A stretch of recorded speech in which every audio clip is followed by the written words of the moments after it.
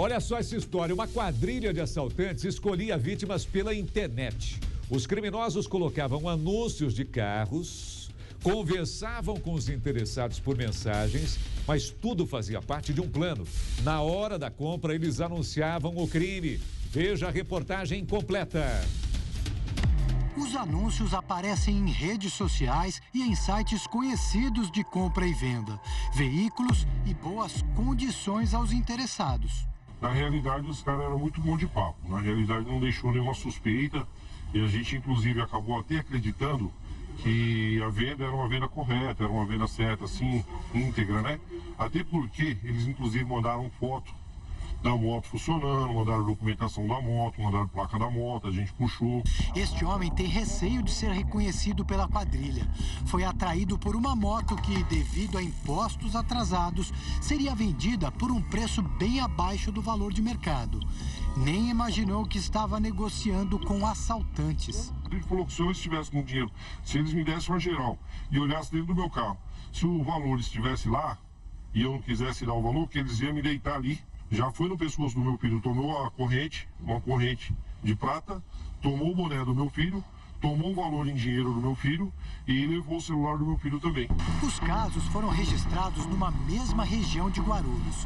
5 vítimas já foram à delegacia com relatos semelhantes dos falsos anúncios de carros e motos.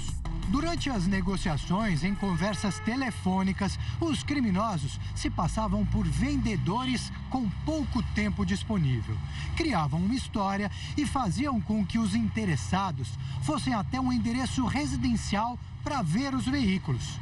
Era nesse local que a armadilha estava preparada. O delegado que investiga os crimes conta que os ataques são feitos na rua. Na hora da ação eles eram violentos, estavam armados, ameaçavam, tanto o maior quanto o menor também violentos, agressivos, perigosos, intimidaram, tomavam carro, dinheiro, o Uber que vinha junto. Então era uma quadrilha bem violenta, não é uma quadrilha que se pudesse brincar com ela, não. Ele era uma quadrilha que não estava só para aplicar golpes, era uma quadrilha de roubadores. Diego Pereira Santos foi preso e reconhecido pelas vítimas. Junto com ele, um adolescente de 17 anos que foi apreendido. Foram encontrados revólver de brinquedo e colete à prova de balas. Foi em uma ação com o envolvimento deles que este motorista foi roubado. O passageiro que ele transportava havia negociado sem saber com os criminosos. Imaginava ter feito um excelente negócio. Ele falou que era um veículo interessante para ele, até para ele fazer negócio. Aí ele falou assim, olha, tá uns 10, 12 mil reais mais barato do que o normal. Foi quando, dentro do que eu senti de falar para ele, eu falei, olha amigo, tá muito barato, tá muito diferente do preço. Ele falou, não, mas é que é muita gente interessada, ele tem muitas parcelas atrasadas e tem algumas coisas para ser feita e é um bom negócio para mim. O passageiro carregava mais de 3 mil reais no bolso a pedido dos golpistas. Seria a título de entrada para a compra do carro. Os dois foram recebidos no endereço combinado por homens armados. Eu nem cheguei a parar o carro. Estava com 5, 10 por hora, quase que parando. Foi quando saiu os 4 elementos do escadão, que depois a gente conseguiu ver que era um escadão. Um veio na frente com a arma apontada, um do meu lado esquerdo e 2 do lado direito. Outros 3 suspeitos de envolvimento com os assaltos já foram identificados pela polícia e reconhecidos por testemunhas. Os investigadores acreditam que o número de vítimas pode ser bem maior do que o registrado até agora. Não existe nada de graça, não existe nada fácil nessa vida. Nada é o preço mais baixo do que é o preço do produto, do que ele vale. Então, quando você vê uma coisa que vale 100 e está vendendo por 50, não é você o mais esperto do mundo, não é para você que caiu aquela bênção, você tem que olhar e ficar atento. Há 18 anos, um caso misterioso chocou o país. O maníaco usava uma bicicleta, tesoura e estilete para atacar mulheres. Depois que o retrato falado foi mostrado, a vida do jardineiro Aloísio desmoronou. Ele era muito parecido com esse retrato falado, com o criminoso. Aloísio, então, perdeu os amigos, perdeu o emprego, enfrentou a desconfiança até da própria família. A vida dele, eu repito, desmoronou. Mas ele não tinha nada a ver com os crimes. Ele não era o maníaco da bicicleta. E agora, 18 anos depois, o Estado foi condenado a pagar R$270 mil de indenização. Só que Aloísio não vai poder reconstruir a vida com esse dinheiro. Veja por quê. A maneira de agir era sempre a mesma. Uma bicicleta, faca, tesoura ou estilete na mão e o ataque. Nascia aí o caso conhecido como maníaco da bicicleta.